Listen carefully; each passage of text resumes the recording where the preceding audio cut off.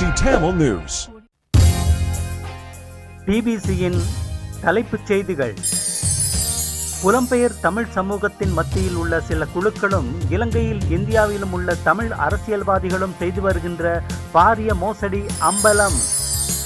சாகர காரியவசம் எதிர்வரும் ஜனாதிபதி தேர்தலில் ரணில் விக்ரமசிங்காவை ஆதரிப்பதற்கு விசித்திரமான நிபந்தனை ஒன்றை முன்வைத்திருக்கிறார்.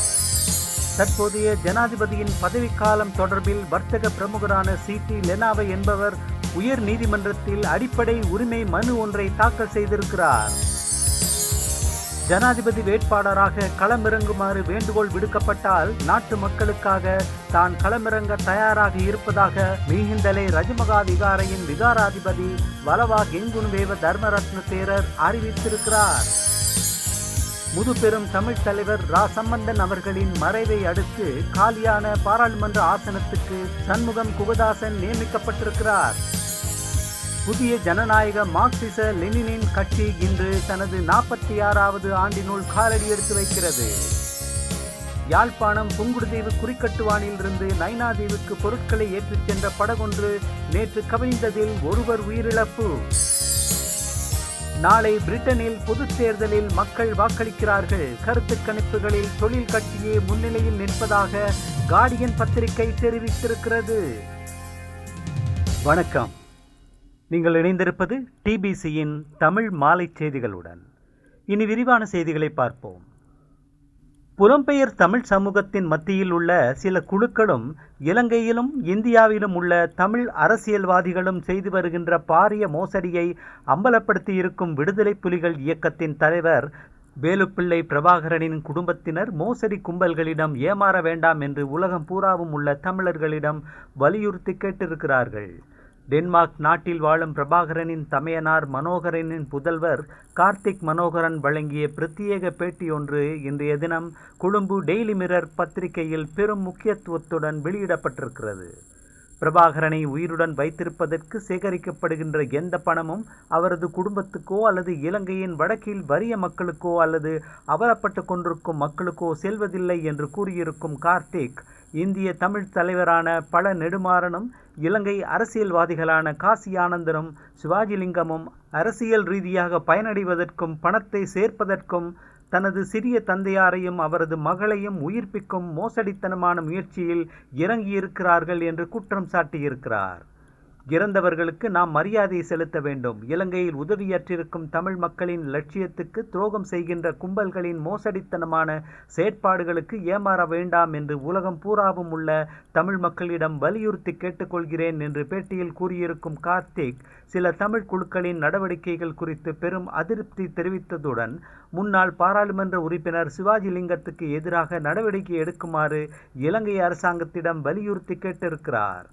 டென்மார்க்கில் இருந்து இந்த பேட்டியை அளித்திருக்கும் பிரபாகரனின் பெறாமகன் 2009ஆம் ஆண்டு இலங்கை போர் முடிந்த நாட்களில் இருந்து புலம்பெயர் தமிழ் மக்கள் மத்தியில் உள்ள குழுக்கள் நிதி சேகரித்து வருவதாகவும் தனது சிறிய தந்தையாரை பராமரிப்பதற்காக இந்த நிதி செலவிடப்படுவதாக இந்த குழுக்கள் கூறி வருவதாகவும் தெரிவித்தார்.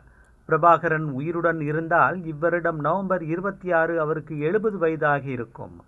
அவரும் அவரது குடும்பமும் போரின் இறுதி நாட்களில் இறந்து விட்டார்கள். இறந்தவர்களை மதிக்க வேண்டும் என்று கார்த்திக் கூறியிருக்கிறார்.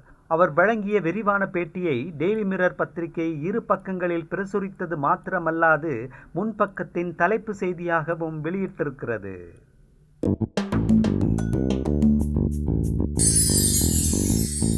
ராஜபக்சாக்களின் ஸ்ரீலங்கா பொதுஜன பெரமுனவின் பொதுச் செயலாளரான சாகர காரியவசம் எதிர்வரும் ஜனாதிபதி தேர்தலில் ஜனாதிபதி ரணில் விக்ரமசிங்காவுக்கு ஆதரவளிப்பதற்கு விசித்திரமான நிபந்தனை ஒன்றை முன்வைத்திருக்கிறார். ஐக்கிய தேசிய கட்சியிலிருந்து விலகி விக்ரமசிங்க பொதுஜன பெரமுனவில் சேர்ந்தால் அவரை ஜனாதிபதி வேட்பாளராக நியமிப்பது குறித்து பரிசீலிக்கலாம் என்று காரியவசம் கூறியிருக்கிறார். ஜனாதிபதி தேர்தலில் பொதுஜன பெரமுன பிரத்யேகமான வேட்பாளரை இன்னமும் முன்வைக்கவில்லை. தாமரைமுட்டு சின்னத்தில் போட்டியிடப் போகும் சரியான வேட்பாளர் பொருத்தமான நேரத்தில் நியமிக்கப்படுவார் என்று அவர் சொன்னார். ஜனாதிபதி விக்ரமசிங்க பொது வேட்பாளராக போட்டியிட முடியுமா என்ற கேள்விக்கு பதிலளித்த காரியவசம், விக்ரமசிங்க தனது ஐக்கிய தேசிய கட்சியிலிருந்து விலகி பொதுஜன பெரமுனவில் சேர்ந்து கொள்வாராக இருந்தால் அவரை ஜனாதிபதி வேட்பாளராக நியமிப்பது குறித்து பரிசீலிக்கப்படும் என்று கூறினார்.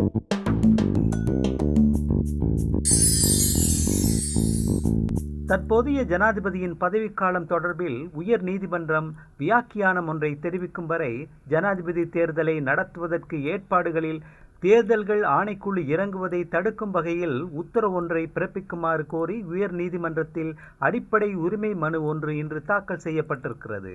வர்த்தக பிரமுகரான சி.டி. லெனாவே என்பவரே இந்த மனுவை தாக்கல் செய்திருக்கிறார்.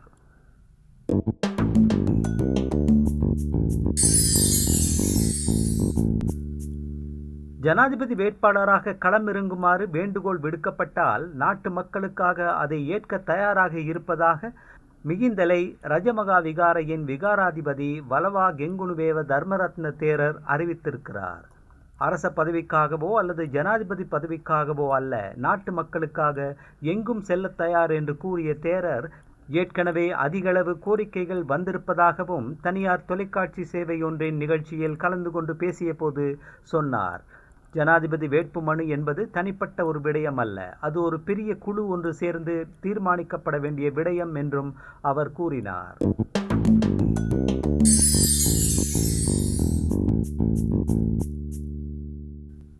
முதுபெரும் தமிழ் தலைவர் ரா சம்பந்தன் அவர்களின் மறைவை அடுத்து காலியான பாராளுமன்ற ஆசனத்துக்கு சண்முகம் குகதாசன் நியமிக்கப்பட்டிருக்கிறார்.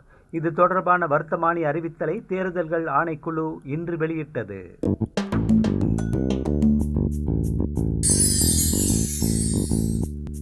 புதிய ஜனநாயக மார்க்சிச லெனினிச கட்சி இன்று 46வது ஆண்டினுள் காலடி எடுத்து வைக்கிறது. மார்க்சிசம் லெனினிசம் மாவோ சேதுங் சிந்தனை வழி நின்று கோட்பாடு உறுதிப்பாடும் நடைமுறை செயற்பாடும் கொண்ட உழைக்கும் வர்க்க கட்சியாக புரட்சிகர வெகுஜன போராட்ட பாதையில் வழி நடந்து வருகிறது. எமது கட்சி தோற்றம் பெற்ற அதே காலப்பகுதியில்தான் நாட்டின் தரகு முதலாளி கட்சியான ஐக்கிய தேசிய கட்சியின் அமெரிக்க விசுவாசியான ஜே.ஆர். ஜெயவர்தன தனது தலைமையில் நிறைவேற்றும் அதிகாரம் தனிநபர் சர்வாதிகாரமும் கொண்ட புதிய அரசியல் யாப்பு நிறைவேற்றப்பட்டு தன்னைத்தானே ஜனாதிபதியாக்கி கொண்டார். நாட்டின் பொருளாதாரத்தை நாசகார பாதைக்கு இட்டுச் சென்று வங்குரோத்து நாடு என்றும் இன்றைய அவல நிலைக்கு கொண்டு வந்து உழைக்கும் மக்களை வறுமைக்கும் பட்டினிக்கும் அடிப்படையாக அமைந்ததே இவ்வரசியல் யாப்பாகும். ஆளும் வர்க்கத்தினர் மாறி மாறி ஆட்சி அதிகாரத்தில் இருந்து தங்களை வளப்படுத்தி கொண்டதுடன் திறந்த பொருளாதார கொள்கையின் கீழ் ஏகாதிபத்திய வல்லரசு சக்திகள் நமது வளங்களை சூறையாடி செல்லவும் வழிவகுத்தனர். தனியார் மயம், தாராளமயம், உலகமயமாதல் என்பவற்றின் கீழ் நாடு நவதாராளவாத பாதையில் இழுத்து செல்லப்பட்டது. இவற்றை எதிர்த்த அரசியல் தொழிற்சங்க இயக்கங்கள் பாரிய அடக்குமுறைகளுக்கு உள்ளாக்கப்பட்டன. மத்திய குழு சார்பாக பொதுச் செயலாளர் சி.க. செந்தில்வேல் விடுத்துள்ள அறிக்கையில் இவ்வாறு குறிப்பிட்டுள்ளார். யாழ்ப்பாணம் புங்குடுதீவு குறிக்கட்டுவானிலிருந்து நைனாதீவுக்கு பொருட்களை ஏற்றிச் சென்ற படகொன்று நேற்று இரவு 7 மணியளவில் கவிழ்ந்ததில் ஒருவர் உயிரிழந்தார்.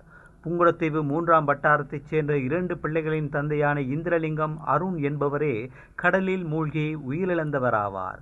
குறிக்கட்டுவானுக்கும் நைனாதீவுக்கும் இடையில் பொருட்களை ஏற்றி இறக்கும் சேவையில் ஈடுபட்ட படகொன்று 4 தொழிலாளர்களுடன் நேற்று இரவு 7 மணியளவில் கடலில் கவிழ்ந்தது. படகில் இருந்த 4வரும் கடலில் வீழ்ந்தனர். அவர்கள் கரையை நோக்கி நீந்திய வேளை கிராம மக்களின் உதவியுடன் 3 மீட்கப்பட்டு சிகிச்சைக்காக யாழ்ப்பாணம் போதனா வைத்தியசாலையில் அனுமதிக்கப்பட்டனர். ஒருவர் கடலில் மூழ்கி பரிதாபமாக பலியானார். சடலம் யாழ்ப்பாணம் வைத்தியசாலையில் வைக்கப்பட்டிருக்கிறது.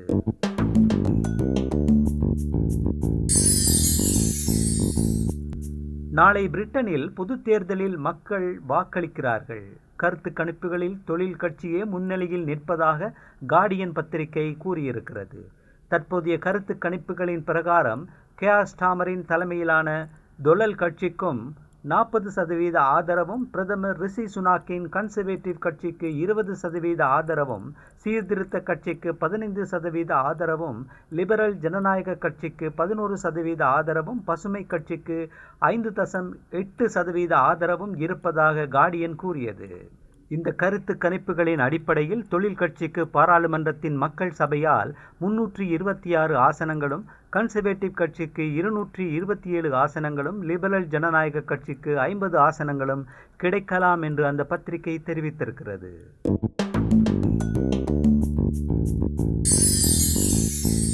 உலகின் முதன்முறையாக ரோபோ ஒன்று தற்கொலை செய்திருப்பதாக தென்கொரிய ஊடகங்கள் செய்தி வெளியிட்டிருக்கின்றன. இந்த ரோபோ குமி நகர சபையில் அரச ஊழியராக பணியாற்றியதாக கூறப்படுகிறது. ரோபோ பணிபுரிந்த கட்டிடத்தின் முதலாவது இரண்டாவது தளங்களுக்கு இடையில் உள்ள படிக்கட்டுகளில் ரோபோவின் உடல் கிடந்ததாகவும் படிக்கட்டில் விழுவதற்கு முன்னர் ரோபோ மாடிப்படியில் சுழன்று வீழ்ந்ததாகவும் அதிகாரிகள் கூறினர். தற்கொலை செய்து கொண்ட ரோபோவுக்கு குமீர் நகர வாசிகள் இரங்கல் தெரிவித்ததாகவும் மேலதிக விசாரணைகளுக்காக ரோபோவின் உடலை அதிகாரிகள் எடுத்து சென்றதாகவும் தென்கொரிய ஊடகங்கள் செய்தி வெளியிட்டுள்ளன. அந்த செய்தியோடு நிறைவுக்கு வருவது டிபிசியின் இன்றைய மாலை தமிழ் செய்திகள். மீண்டும் நாளை காலை வழமை போல் சந்திக்கலாம். வணக்கம்.